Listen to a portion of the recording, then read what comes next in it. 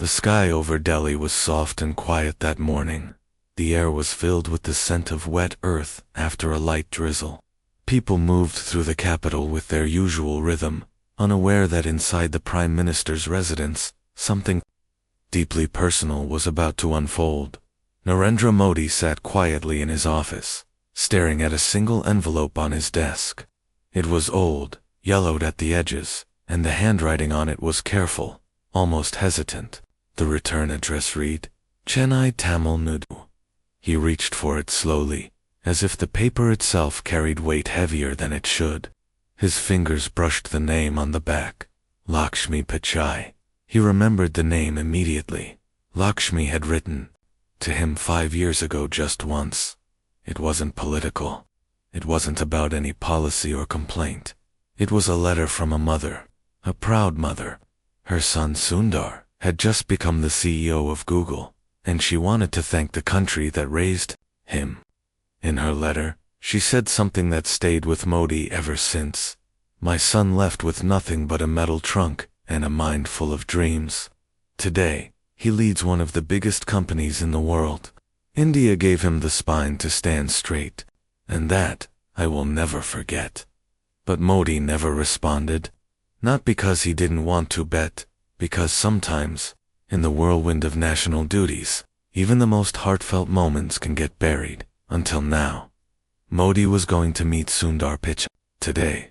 It was an official meeting. Policy discussions, tech partnerships, AI and governance. But Modi knew deep down this meeting was not going to be about silicon or servers.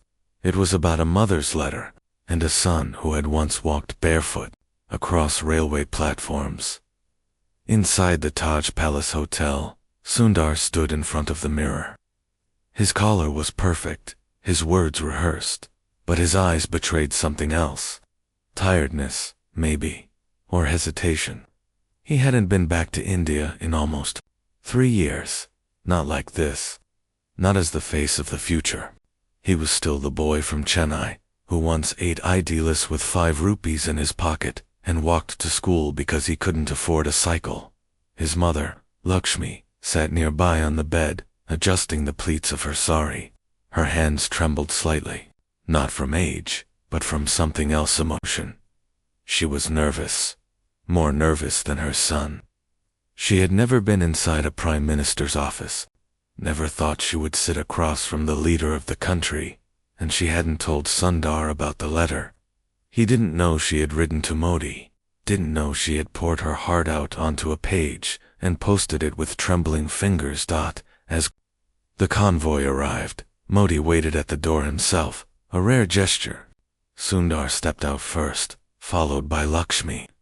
The cameras flashed, but the Prime Minister's eyes weren't on the tech genius. They were on the woman beside him. He smiled warmly, folded his hands in a namaste, and said softly, Aapka intezar. Lakshmi didn't expect it. Her breath caught. Sundar looked at her, puzzled, but Modi only smiled more. He led them inside. The meeting room was modern and sharp. Screens lined the walls. Chai was poured. Polite conversations were exchanged. But then, Modi asked for the room to be cleared. Aides, officials, even the media team, everyone was asked to step out. Sir, Sundar asked, uncertain. I wanted a moment with your mother, Modi said gently. And with you, not the CEO of Google, but the boy from Chennai. Sundar sat down slowly. Lakshmi looked uncomfortable, unsure of what was happening. Modi reached into his drawer and placed the yellowed envelope on the table. I never forgot this letter, he said. Sundar turned sharply. Letter. Modi slid it toward Lakshmi. Her hands covered her mouth. She didn't know he still had it. I couldn't answer then, Modi said, but I read it twice. And every time I speak of India's strength, I think of your words. Today, before we talk about AI and infrastructure, I want to talk about a mother's pride.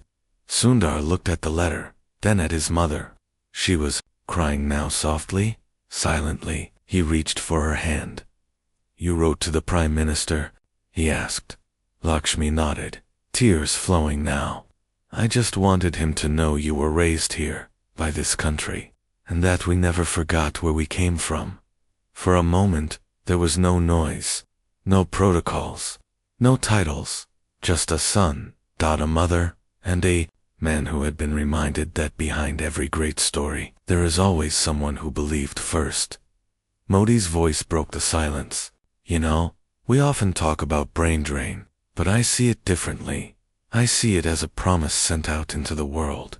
And today, the world knows Sundar Pichai, but I want the world to remember Lakshmi too.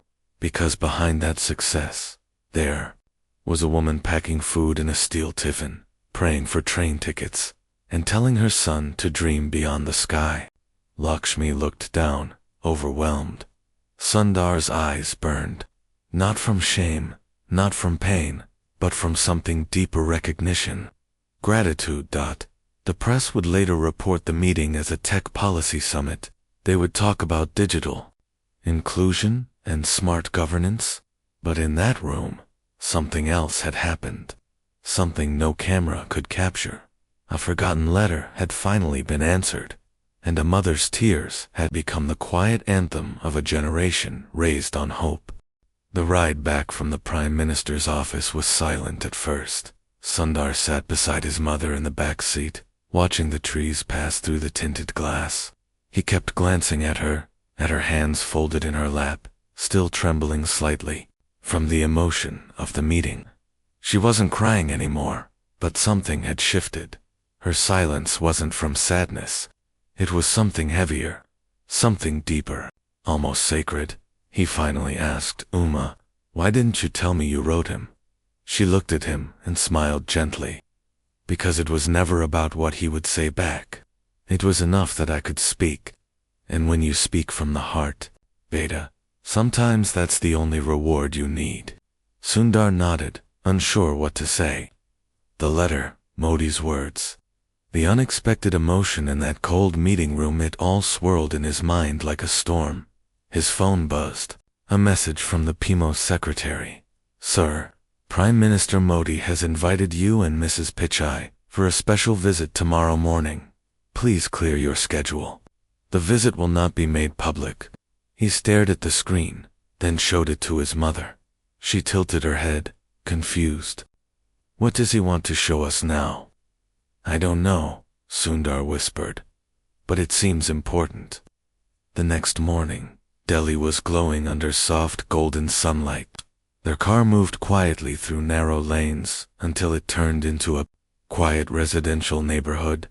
There were no flags, no red carpets, only a few guards and an open gate. Modi himself stood outside the gate, waiting again. Lakshmi stepped out first, this time. She was wearing a plain blue sari with a faded gold border, her hair tied back neatly. Sundar followed, still unsure what this place was. Modi led them inside without saying a word. The house was small, 2 rooms, a narrow kitchen, a low ceiling. Fans spun lazily. On the wall, a photograph hung framed carefully. It showed a young boy standing barefoot in a dusty schoolyard, smiling at the camera with a lunchbox in his hand. Lakshmi stopped walking. She stared at the photo, then slowly covered her mouth with her hand. Yeah, this is your school, she said to Sundar in a hushed voice. Sundar moved closer to the picture. He stared at it for a long time. The background was unmistakable. It was the government school in Chennai, where he studied until 8th standard. He hadn't seen it in years. Modi broke the silence.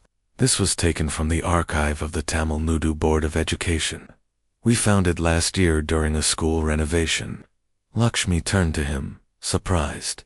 You kept it, not just kept it, Modi said with a warm smile. We built something because of it. He led them through the house into a small backyard. There, standing like a quiet giant, was a large wall engraved with names, dozens of them. Beneath the names, it said, Children of India who rose from nothing so others may rise too. Right in the center, larger than the rest, was the name, Sundar Pichai. Lakshmi gasped. Modi turned to them and spoke softly. This house is a tribute to resilience, to mothers like you, to children like him. It will become a community learning center, a place where children from villages and slums can come, learn coding, speak English, and dream bigger. He paused. We're naming it Lakshmi House. Lakshmi stared at him, her eyes filled again. Not Sundar House? She asked gently. Modi shook his head. No, because Sundar's dreams came from you. Sundar looked at the wall. His heart swelled with something he hadn't felt in a long time. Stillness. Pure, humble stillness. For years, he had been building companies, raising numbers, leading teams. But this was different. This was home. He turned to his mother. Amma, it's your name. Your name will guide them. Lakshmi wiped her tears. I never needed a name on a wall. I only wanted you to believe you belonged. Modi turned to Sundar. Will you speak with the children today? They've come. They've been waiting to meet you.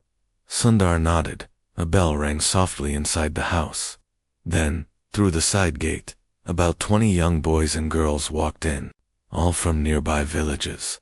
Some barefoot, some with backpacks held together by thread, all of them nervous. Sundar knelt down and smiled. Hi, I'm Sundar. A small boy stepped forward, shy and quiet.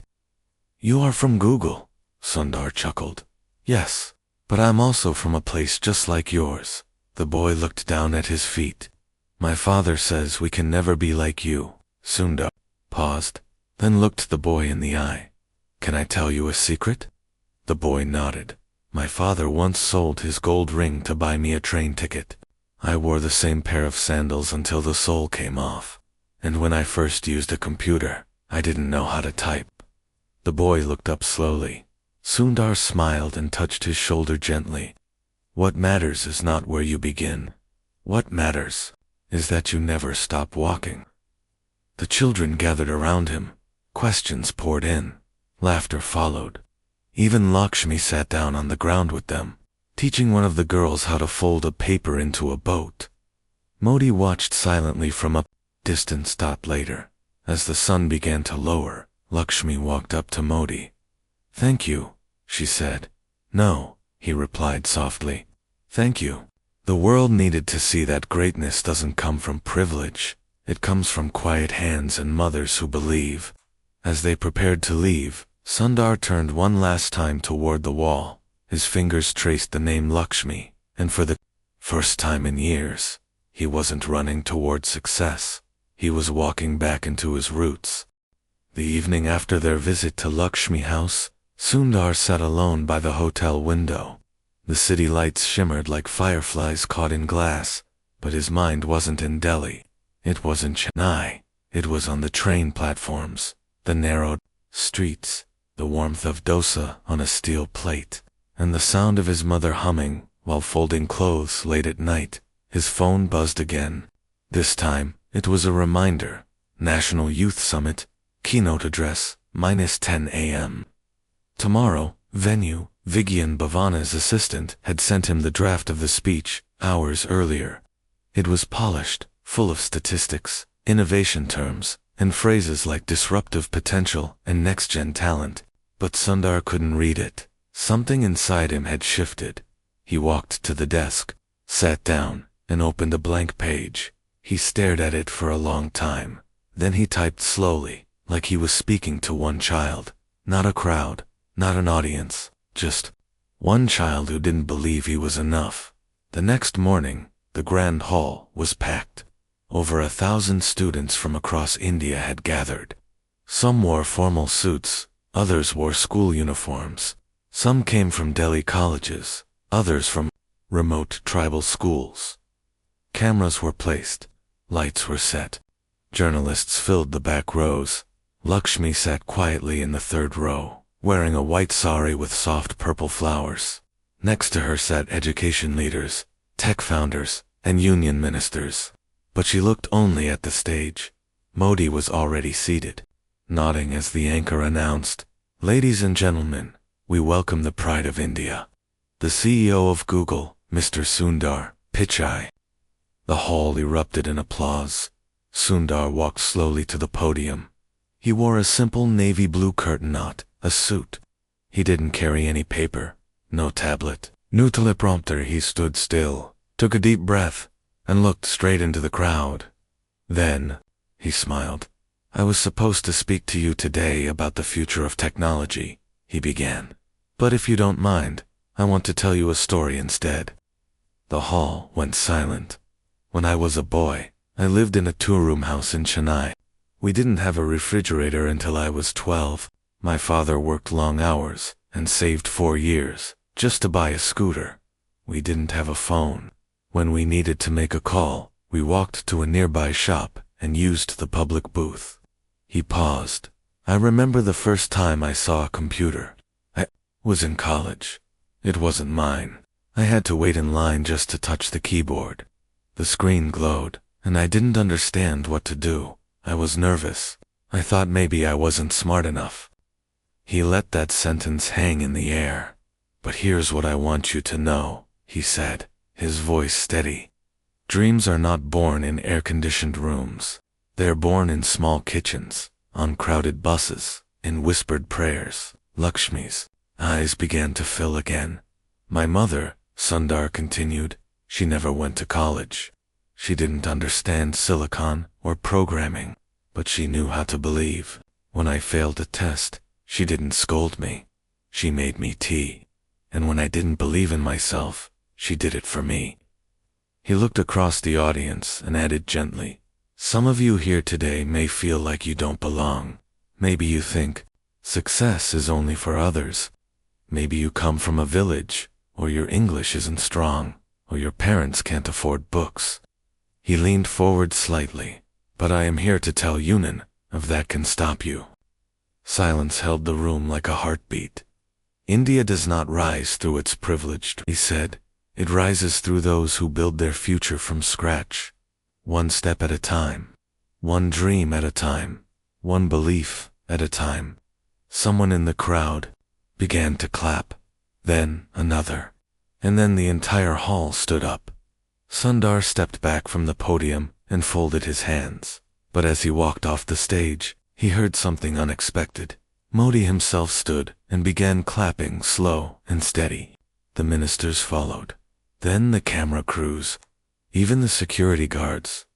Lakshmi sat quietly, her hands clasped together tightly on her lap, but tears ran down her cheeks, soft and silent, not for the words, but for the boy who had once brought home a broken pencil, ashamed that he couldn't afford another one, and who now stood on the world's stage to tell children like him they belonged. Later that night, back at the hotel, Sundar sat with Lakshmi in the garden. She turned to him and said, "I didn't understand all the English you spoke, but I felt every word." He chuckled. "Neither did I. I just spoke from here," he said, pointing to his chest. Lakshmi looked up at the stars. "Your Appa would have been so proud." Sundar nodded. "He's still here. Every time I make a hard decision, I hear his voice." Lakshmi's voice turned soft. "I don't want them to just know your name, Sundar. I want them to know your truth." He took her hand gently. "They will, Uma. Because today, I finally spoke it." She smiled, the kind of smile only a mother can give, a mixture of pride, peace, and prayer. The city around them buzzed on traffic, voices, horns, the rush of India continuing to move forward. But for Sundar and Lakshmi, the night was still quiet, complete. Just 2 days after the youth summit, Sundar and Lakshmi boarded a quiet early morning flight to Chennai. No reporters followed. No cameras waited. It wasn't an official visit. It was a homecoming. Sundar hadn't stepped foot inside his old school in over 25 years. The last time he stood at the gate, he was a thin teenager with a worn satchel, a borrowed notebook, and shoes with cracked soles. His dreams were still silent, then untouched by the world, fragile and waiting. As the car pulled up near the entrance, Lakshmi looked out the window and whispered, "Still looks the same." But it didn't. The gate was rusted. The wall was chipped. A small dog slept in a patch of shade beside the broken boundary line. Sundar stepped out slowly. He had worn a simple cotton shirt and jeans. Nothing that made him look like the CEO of anything. Just Sundar, the boy who once forgot his lunchbox and got scolded by the math teacher. A young watchman sat on a plastic chair, dozing. "Anna," Sundar said politely. The man woke up with a start. "Yes, sir. Can we walk around? I studied here years ago." The guard squinted. Something about Sundar looked familiar, but he couldn't place it. Yes, please go ahead," he nodded, waving them in. They stepped through the gate. Inside, the air was thick with heat and silence. The playground was dry. The swings hung limp and rusty. A faded tricolor flag leaned tiredly on a crooked pole as they walked through the old hallway. Sundar noticed the walls were damp, paint peeled like dried skin. The science lab door had no lock. Most windows were cracked. In one corner, a broken fan swung slightly, making a squeaking noise that felt like a whisper of years gone by. Lakshmi said nothing. She just walked slowly, letting her fingers run along the wall. Then they entered his old classroom, and Sundar stopped walking. Inside, about 20 children sat on the floor, cross-legged. Their teacher stood barefoot, writing on a half-broken blackboard with a chalk that kept snapping. The children had no desks. Some had no shoes. One girl used her lap as a table to balance her notebook. The teacher turned. He blinked, and his mouth opened slightly. "Is it really?" Sundar smiled and nodded. "You're Sundar Pichai." The classroom buzzed. The children looked up, confused. The teacher hurried forward, unsure whether to shake hands or bow. "You came back," he said, overwhelmed. "I had to," Sundar replied quietly. "This place made me." They invited him to sit on the one plastic chair in the room. Lakshmi sat beside a girl and helped her sharpen a pencil with a small blade from her bag. The girl looked up at her and smiled. The teacher introduced himself. His name was Shankar. He had been working here for 12 years. "We try our best," he said softly. "But funds are low. The building is old. Sometimes the electricity cuts out during class." Sundar looked around again. He thought about the innovation labs he had seen in Silicon Valley, the glass buildings, the robotic arms, the walls filled with smartboards. And then he looked at these kids. Their eyes were not any less curious. They were just tired and forgotten. A little boy raised his hand. "Are you really the Google uncle?" Everyone laughed. Sundar chuckled too. "Yes, I guess I am." The boy continued. "How did you go from here to there?" Sundar paused. "By remembering where I came from." He stood up and turned to the teacher. "Do you mind if I speak to them for a few minutes?" The teacher stepped aside. Sundar walked to the front of the class. He took a deep breath. "I sat right there," he said, pointing to the third row. "I didn't always get the answers, right? Sometimes I was too scared to ask questions. But I had teachers like Sir here, who told me it was okay to fail, as long as I kept trying." The children stared at him wide-eyed. "You may not have fancy chairs or smartboards, but you have something stronger, your mind, and no one can take that away from you." He paused, then added softly, "But still, you deserve better." That night, back at the hotel, Sundar didn't sleep. He sat with a notepad, scribbling ideas. A vision began to take shape. He called his assistant in California. "I want to set up a project. We'll start with 1 school, then 10, then 100. I want modern classrooms, teacher training, working bathrooms, solar panels, and internet access. And I want them built fast." His assistant hesitated. "Should we run this through the foundation?" "No," Sundar said. "This is personal. This is from me." Lakshmi walked in, holding 2 cups of tea. She heard the last part of the call. "From you?" she asked. Double quotes. "Yes," he nodded. "They gave me everything, Oma, and they have nothing now. That isn't right. She sat beside him and looked at the notepad filled with scribbles. Are you going to name it Pichai Schools? He looked up and smiled. No, I want to call it Classroom of Dreams.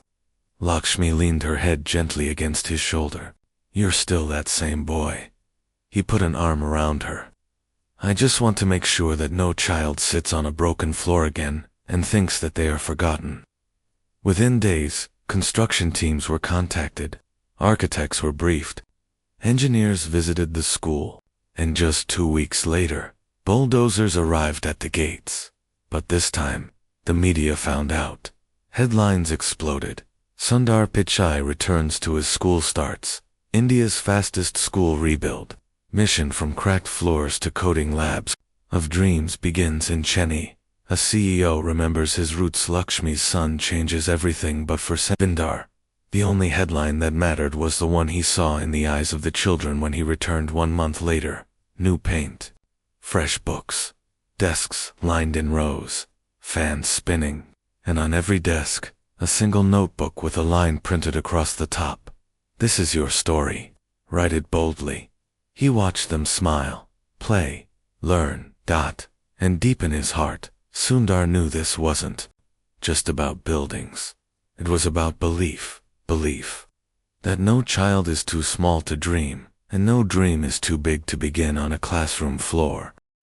3 months after launching the Classroom of Dreams project, Sundar stood in front of a different crowd. This time, it wasn't children on a dusty floor. It wasn't a quiet room filled with humble smiles. It was the United Nations Hall in Geneva, rows of diplomats, world leaders in sharp suits, tech giants, economists, CEOs, presidents, representatives from over 90 countries. Cameras streamed the summit live across global networks. The event was titled, Future of Technology, Equity, and Global Education. Sundar was invited to give the keynote speech. His name was on the top of the program.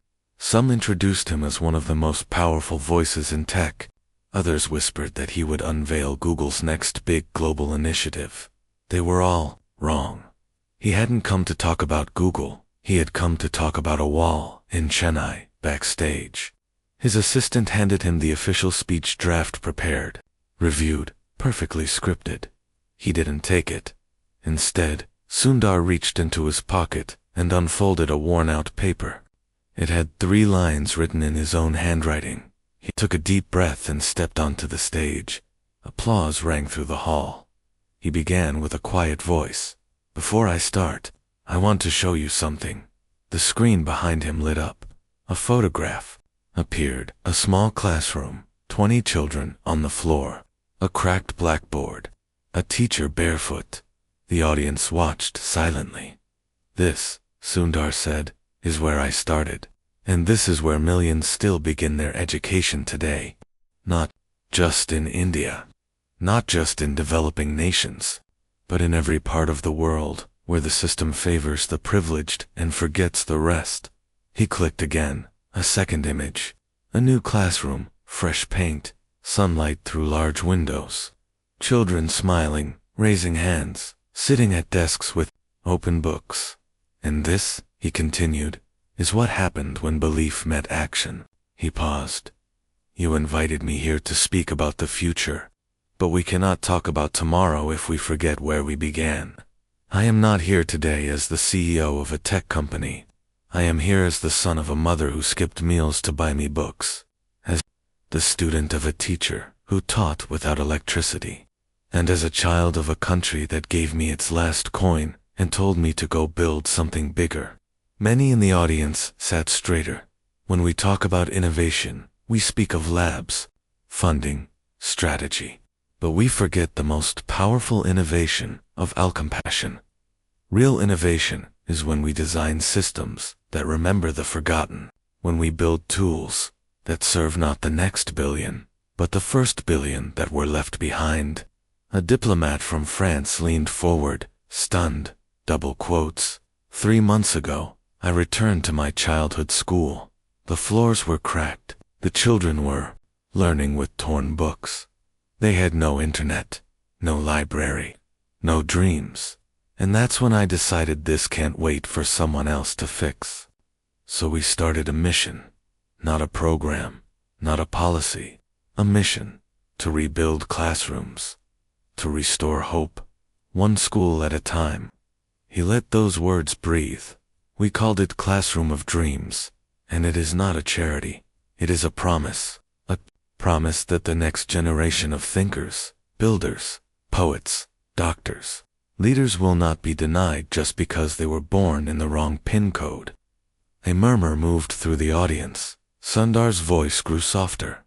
You ask what the future of global education looks like. It looks like this. He clicked again. The screen showed a short video.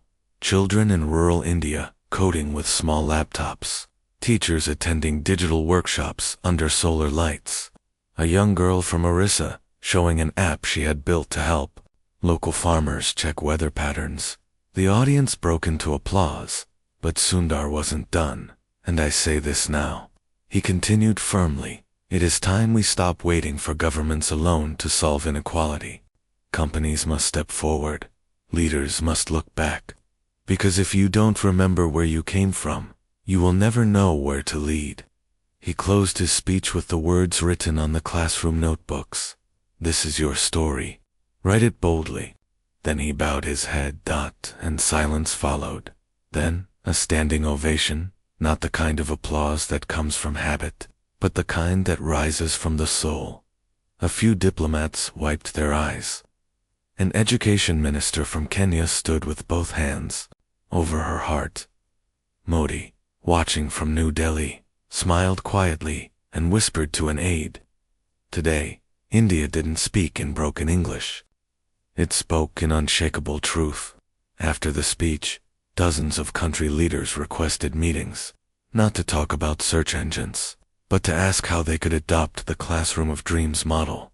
Sundar declined interviews. Instead, he called his mother, Amma. I think people heard us today. Lakshmi, sitting in her simple Chennai home, replied with calm love. They didn't hear us, Kanna. They felt us. 2 days later, a photo went viral. A girl in a blue uniform stood barefoot outside a school wall, freshly painted with the words, "Every child matters. Every desk is a revolution." She held a hand-drawn sketch of Sundar, with the words, "If he came from here, I can go anywhere." Back in California, Sundar returned to his office, but something had changed. He no longer measured success by product, launches, or quarterly reports. He began to measure it by how many children were finally sitting in classrooms with their backs straight and eyes full of light. The invitation arrived, wrapped in soft silk paper, with a golden border. It wasn't sent by email. It wasn't delivered by an assistant. It came by hand, carried respectfully by a government official who waited quietly until Sundar himself opened the door. He read it slowly. You are invited to attend the National Unity celebration at Rashtrapati Bhavan as guest of honor. A special tribute will be presented. Attendance of your mother, Mrs. Lakshmi, Pichai, is also requested. For a moment, Sundar stood still, not because he didn't understand what it meant, but because deep inside, he felt something rare, something that wasn't pride or fear. It was the weight of history reaching back to tap his shoulder. Rashtrapati Bhavan stood tall and glowing that evening. Golden lights bathed its walls. Tricolor flags waved gently in the warm breeze. Thousands of citizens had gathered outside the gates to watch the live broadcast on large screens. Inside, the grand hall was filled with leaders from every walk of life: scientists, teachers, farmers, artists, doctors, and soldiers. Each of them had contributed something to the soul of the nation. And in the front row, dressed in a simple cotton sari with a silver border, sat Lakshmi Pichai. She clutched the invitation in her lap, unable to stop the shaking in her fingers. "Oh," Sundar whispered gently, "we're here because of you." "No, Kanna," she replied with a soft smile. "You brought me here."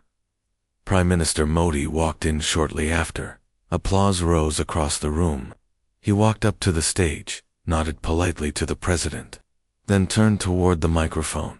His voice was calm, deliberate, and carried across every speaker with steady grace. "My fellow citizens," he said, "tonight we gather to honor not just achievements, but values. The values that make this country rise even when the odds are against it. Humility, kindness, resilience, and the courage to remember where we began." He paused. "I would like to call someone to the stage now. Someone who doesn't just lead in the world of technology, but who leads by remembering the broken classrooms, the humble meals, and the quiet sacrifices that shaped him." He looked toward Sundar. "Mr. Sundar, Pichai, please come forward." The hall stood. Sundar walked to the stage slowly. He wore a cream-colored kurta, simple and soft, nothing flashy, nothing loud. As he walked past each row, people touched their hands to their hearts. Some bowed their heads. He stood beside Modi. Modi continued, "Today, we recognize not just the man-bet, the mission to rebuild our classrooms, to give every child not just a seat, but a chance." He turned to Lakshmi, and behind that mission, Modi said, his voice softening, "was a woman who wrote a letter years ago, a letter that reminded me that greatness often begins in silence." He raised his hand and gestured toward her. "Mrs. Lakshmi Pichai, will you please join us on stage?" Lakshmi froze. A small gasp rose in the hall. No one had ever seen a sitting prime minister call a citizen mother to the national stage like this. Sundar reached down gently and helped his mother stand. She walked slowly, each step trembling, not from fear, but from something sacred. As she reached the stage, Modi stepped aside. Then he did something no one expected. He bent down slightly and touched her feet. The room went silent. Not a whisper, not a breath, just tears. Tears on the cheeks of leaders, journalists, even the guards at the edge of the room. Because in that single moment, India didn't just honor a CEO. It honored every mother who woke before sunrise, who stitched school uniforms late into the night, who skipped lunch to pay exam fees, and who carried their child's dream longer than they carried their own. Modi stood and said, "In this mother, we see the spirit of Bharat Mata. We see the fire that keeps our nation moving forward one child at a time." He turned to the president. "With your permission, we present the National Citizen's Honor of the Year jointly awarded to Mr. Sundar Pichai and Mrs. Lakshmi Pichai for redefining the meaning of success." A gold medallion was placed around Sundar's neck, but the second medallion, smaller, gentler, was placed around Lakshmi's, and she wept. Not loudly, just enough that Sundar had to hold her hand tightly. Outside the gates, the crowd began chanting, "Classroom of Dreams, Classroom of Dreams." In villages across India, children watched on TV sets powered by solar panels. In one school in Bihar, a young girl stood up and shouted, "If Uma can be honored, so can my Uma." In Punjab, a boy who hadn't spoken in class for weeks stood and read a poem out loud. In Kashmir, a teacher wrote on the board in big letters, "Never forget where you came from." The next morning, the papers told the story in every language. A mother's letter changed a nation. Lakshmi Pichai honored India, bows to its real heroes, from Chennai to Rashtrapati Bhavana, journey made of belief. Sundar didn't say much after the ceremony. He walked with his mother to the garden behind the hall. They sat quietly. Birds chirped. Sunlight broke through the trees. Lakshmi said, "I never imagined this. I just wanted you to study well." Sundar smiled. "And now your name will be remembered by millions." She shook her head.